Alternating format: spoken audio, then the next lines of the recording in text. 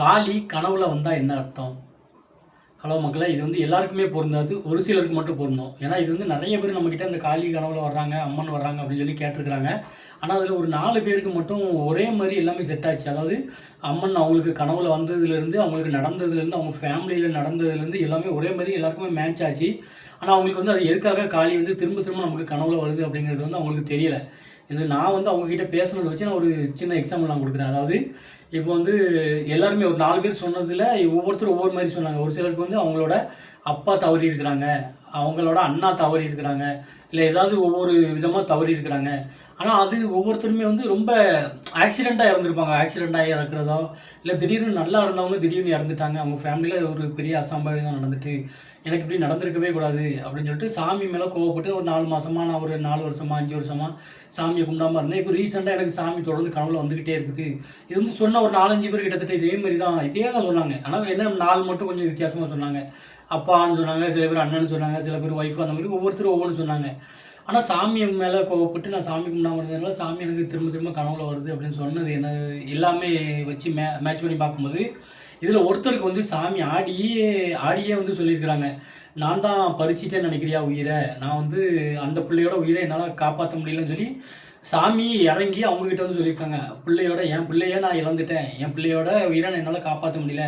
ஆனா நான் உன்ன விட மாட்டேன்னு" சொல்லி ரொம்ப ஸ்ட்ராங்கா அழுத்தமா சொல்லியிருக்காங்க. "அந்த பிள்ளைய என்னால காப்பாத்த முடியல. ஆனா நான் உன்ன விட மாட்டேன். நான் உன்ன எப்படி வைக்கிறேன்னு பாரு. உன்ன ஓஹோன்னு வைக்கிறேனா இல்லையான்னு பாருன்னு" சொல்லி அடுத்த பிள்ளைய அவங்க கோவமாவே இருந்தாலும் அவங்க கிட்ட போயிட்டு திரும்ப திரும்ப சொல்றதுக்கு காரணம் அதுதான்.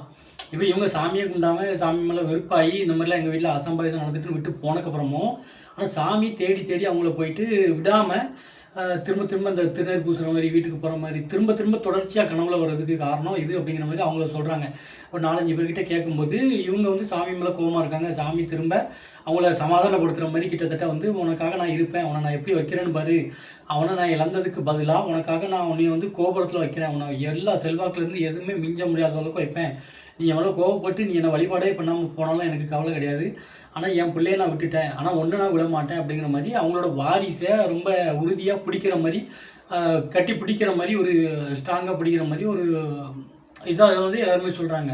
இதில இன்னொரு விஷயம் என்னன்னா, ஒரு சிலர வந்து இதே மாதிரி டோன்ல ஆனா அவங்கள வந்து அப்பா வந்து வேஷம் போடாம விட்டத பையன வந்து கட்ட வைக்கிறதுக்காக இந்த மாரி ஏன்னா நம்ம ஒரு ஷார்ட் ஃபிலிம்லாம் எடுத்திருந்தோம். தலைமுறையில ஒருத்தர் வேஷம் கட்டிட்டு ஓடிட்டாரு, மாறி போயிட்டாரு. ஆனா நம்ம விடாம அந்த பையன எங்கேயோ இருந்து இழுத்துட்டு வந்து வேஷம் கட்ட வைக்காங்கங்கிற மாரி நம்ம ஒரு ஷார்ட் ஃபிலிம்லாம் எடுத்திருந்தோமா, இதே வந்து நெறைய பேர் உண்மையாவே சொல்லியிருந்தாங்க. இந்த மாரி முன்னாடியே அவங்கலாம் வேஷம் கட்டி அவங்கள வந்து விட்டுட்டாங்க. அதுக்கப்புறமா அந்த அம்மா விடாம என்னைய நான் செவனேன்னு இருந்தவன பிடிச்சு வர வச்சு இழுத்து என்னைய அந்த மாரி வேஷம் கட்ட வச்சாங்க அப்படிங்கிற மாரி. இது வந்து குலசை முத்தாரம்மன் மட்டும் நான் இப்போதைக்கு சொல்றது. மத்தபடி காளி வந்து இப்போ வேற ஏதாவது மாவட்டத்துல இருந்து பார்க்குறீங்க அப்படின்னா, காளி வந்து நெறையா அம்மன் பார்வதியோட அவதாரம். இது வேற மாரியான ஒரு சில காளி அவதாரங்கள்லாம் கூட இருக்கலாம். அதாவது வேற ஒரு அம்மனோட காளி அவதாரம் அந்த மாரிலாம் கூட இருக்கலாம். எல்லாமே பார்வதி எல்லாம் ஒரே அம்மன் தான். ஆனா மத்த சாமிகளுக்கு இது கொஞ்சம் ஒரு வேள வேற மாரி கூட வரலாம். ஆனா முத்தாரம்மன், குலசை முத்தாரம்மன் தசரால வேஷம் கட்டி வர்ற மாரி உங்களுக்கு திரும்ப திரும்ப வந்ததுன்னா, இது ஒரு ரீசனா இருக்க வாய்ப்பு இருக்கு. இது போக இன்னும் நெறைய ரீசனா இருக்க வாய்ப்பு இருக்கு. பெரும்பாலும் உங்களுக்கு என்ன ரீசனா இருக்கும் அப்படின்னு சொல்லி, ஓரளவு உங்களுக்கு யோசிக்க வச்சுருவாங்க. ஓரளவு உங்களுக்கு அறிகுறி எல்லாமே காட்டி குடுத்துருவாங்க.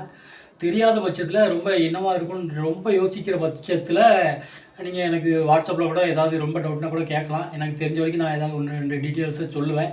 ஆனா இந்த விஷயம் எனக்கு ரொம்பவே கொஞ்சம் ஒரு மாரி இருந்தது. கொஞ்சம் ஏன்னா இப்போ ஒருத்தங்கள இழந்துட்டு தவிக்கிறவங்களுக்கு நம்ம அவங்ககிட்ட எப்படி பேசுறது எனக்கு எதுவுமே தெரியாது. அவங்களோட கஷ்டம் அவங்களுக்கு தான் தெரியும். ஆனா அந்த இதில சாமியோட இது வந்து எப்படி இருக்குதுன்னு பாருங்க மக்களே.